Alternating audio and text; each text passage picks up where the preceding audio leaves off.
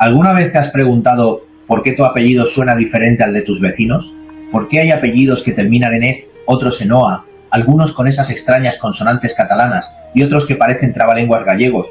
Lo que estás a punto de descubrir va a cambiar completamente la forma en que ves tu identidad, porque tu apellido no es solo un nombre, es un código secreto que revela de dónde vienes realmente, qué hacían tus antepasados hace 1000 años, si descienden de guerreros, de nobles, de campesinos o incluso de brujas perseguidas por la Inquisición.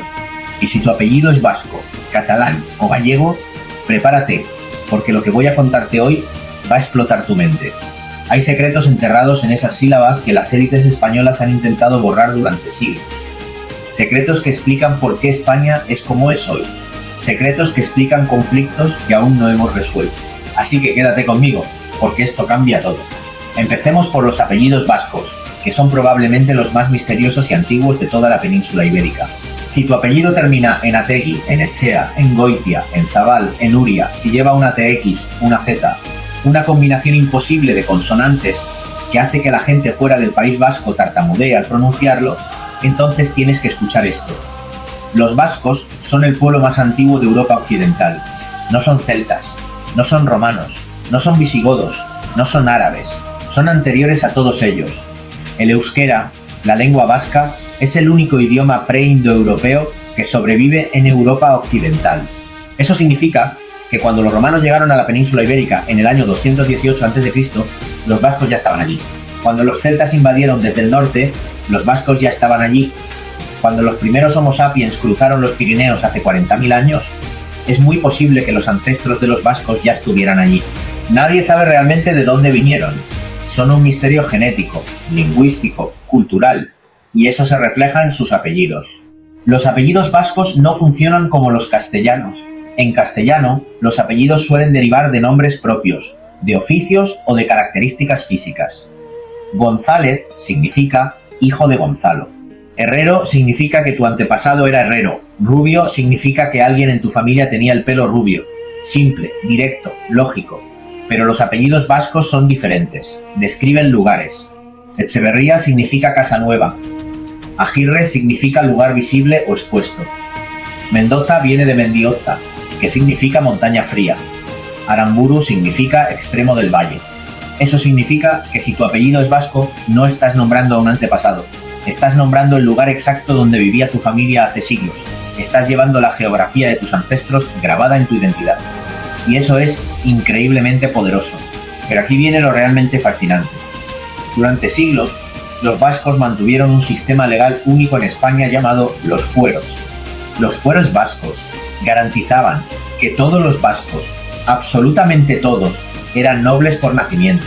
Sí, has oído bien. Si eras vasco, eras noble.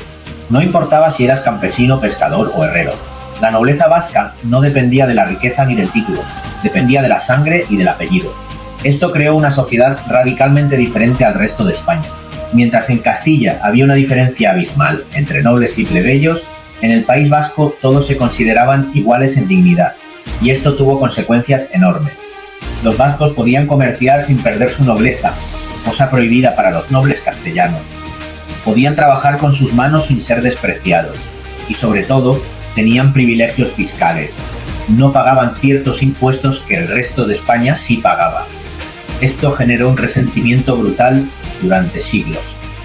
Los castellanos odiaban a los vascos porque los veían como privilegiados, arrogantes, diferentes. Y los vascos despreciaban a los castellanos porque los veían como invasores que intentaban destruir su forma de vida. Si estás disfrutando de esta revelación sobre tu apellido, dale a me gusta, suscríbete a España Verso y activa la campanita, porque aquí desenterramos las historias de España que nunca te han contado. Ahora vayamos a los apellidos catalanes, que tienen una historia completamente distinta pero igual de fascinante. Si tu apellido lleva una combinación extraña de consonantes como Puig, Roca, Ferrer, Soler, Vidal, Mir, Bosch, Casas, si tiene artículos como mas, del o terminaciones como as, es, is, entonces tu familia viene de una tradición que es más francesa que española. Y eso no es casualidad, porque Cataluña durante la Edad Media no era España. Era parte del Imperio Carolingio, la Marca Hispánica, una frontera militar creada por Carlomagno para frenar el avance musulmán. Los condes catalanes miraban hacia el norte, hacia Francia, no hacia el sur, hacia Castilla. Hablaban un idioma que era más cercano al occitano francés que al castellano. Sus leyes, sus costumbres, su forma de entender el mundo eran mediterráneas, comerciales, urbanas. Mientras Castilla era un reino de guerreros y pastores obsesionados con la reconquista, Cataluña era una potencia marítima que comerciaba con Génova, Venecia, Bizancio. Los apellidos catalanes reflejan esto perfectamente. Muchos son topónimos, como los vascos, pero con una diferencia crucial. Mientras los vascos nombraban elementos naturales, los catalanes nombraban propiedades. Casa significa casas, mas significa masía, una granja. Puig significa colina. Roca significa roca, obviamente, pero no cualquier roca, la roca donde estaba tu casa, tu propiedad, tu tierra, porque los catalanes medievales estaban obsesionados con la propiedad privada. Eran comerciantes, artesanos, burgueses, antes de que existiera la palabra burguesía, y eso creó una mentalidad radicalmente diferente a la castellana. En Castilla, la tierra pertenecía al rey o a la nobleza, y el campesino simplemente la trabajaba. En Cataluña, el campesino era propietario, y esa diferencia lo cambió todo. Cuando en el siglo XV Cataluña se unió a Castilla a través del matrimonio de Fernando e Isabel, los catalanes esperaban mantener sus leyes, sus privilegios, su autonomía, y durante un tiempo lo lograron. Pero poco a poco, la corona castellana comenzó a centralizar el poder, y los catalanes se resistieron. Esto generó conflictos constantes. La Guerra de los Segadores en el siglo XVII, la Guerra de Sucesión en el siglo XVIII, las guerras carlistas en el siglo XIX y finalmente la Guerra Civil en el siglo XX. Todas estas guerras tienen la misma raíz. Cataluña quiere mantener su identidad, su lengua, sus leyes, y el poder central, primero Madrid, después Franco, quiere homogeneizar España. Tu apellido catalán es un símbolo de resistencia. Es la prueba de que tus antepasados se negaron a ser asimilados completamente, que mantuvieron su lengua, su cultura, su forma de ver el mundo, incluso cuando eso significaba persecución, cárcel, exilio o muerte. Y luego están los apellidos gallegos, que son los más poéticos, los más melancólicos, los más llenos de niebla y misterio. Si tu apellido termina en ez, como los castellanos, pero con un toque diferente, si es Rodríguez, Fernández, López, Pérez, si lleva nombres de santos como Santiago, Domínguez, Martínez, o si es algo imposible de pronunciar como Chunqueira, Pazos, Seixas e Iroa, entonces vienes de la tierra de la lluvia, de los castros celtas, de las meigas y las leyendas. Galicia es la región más celta de España. Cuando los romanos llegaron, encontraron una sociedad tribal que vivía en castros, fortificaciones circulares en lo alto de las colinas. Los galaicos lucharon ferozmente contra Roma, pero finalmente fueron conquistados. Sin embargo, nunca fueron completamente romanizados. Mantuvieron sus dioses, sus costumbres, su lengua celta. Y cuando Roma cayó y llegaron los suevos, un pueblo germánico, Galicia se convirtió en un reino independiente. El reino de Galicia duró más de 100 años, del 409 al 585, hasta que fue absorbido por los visigodos. Pero esa memoria de independencia, de reino propio, nunca desapareció. Los apellidos gallegos son una mezcla fascinante de influencias. Algunos vienen del latín, como Rodríguez, que significa hijo de Rodrigo. Otros vienen del celta, como Castro, que significa fortaleza. Otros vienen de topónimos, como Pazos, que significa palacio, o Eiroa, que significa era. Pero lo interesante es que los apellidos gallegos se expandieron por toda España de una manera que ningún otro apellido regional lo hizo. ¿Por qué? Porque Galicia es históricamente una tierra de migración. Durante siglos, los gallegos más pobres emigraron hacia Castilla, hacia América, hacia cualquier lugar donde pudieran encontrar trabajo, y llevaron sus apellidos con ellos. Eso significa que si te apellidas Rodríguez, Fernández o López, es muy probable que tus ancestros sean gallegos, incluso si tú naciste en Madrid, en Sevilla o en Buenos Aires. Galicia exportó su gente, y con ella sus apellidos. Pero hay algo más oscuro en los apellidos gallegos. Galicia fue el epicentro de la caza de brujas en España.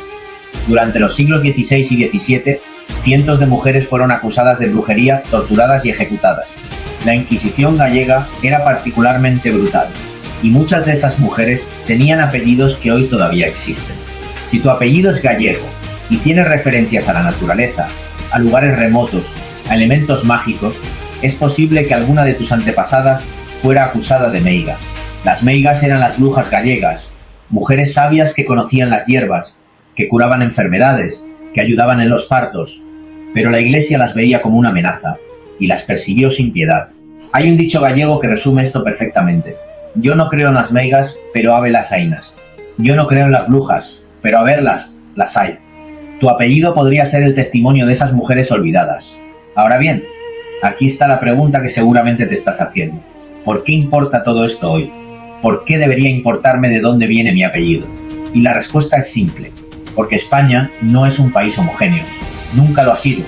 Es una colección de pueblos, culturas, lenguas, identidades que fueron forzadas a vivir bajo una misma bandera.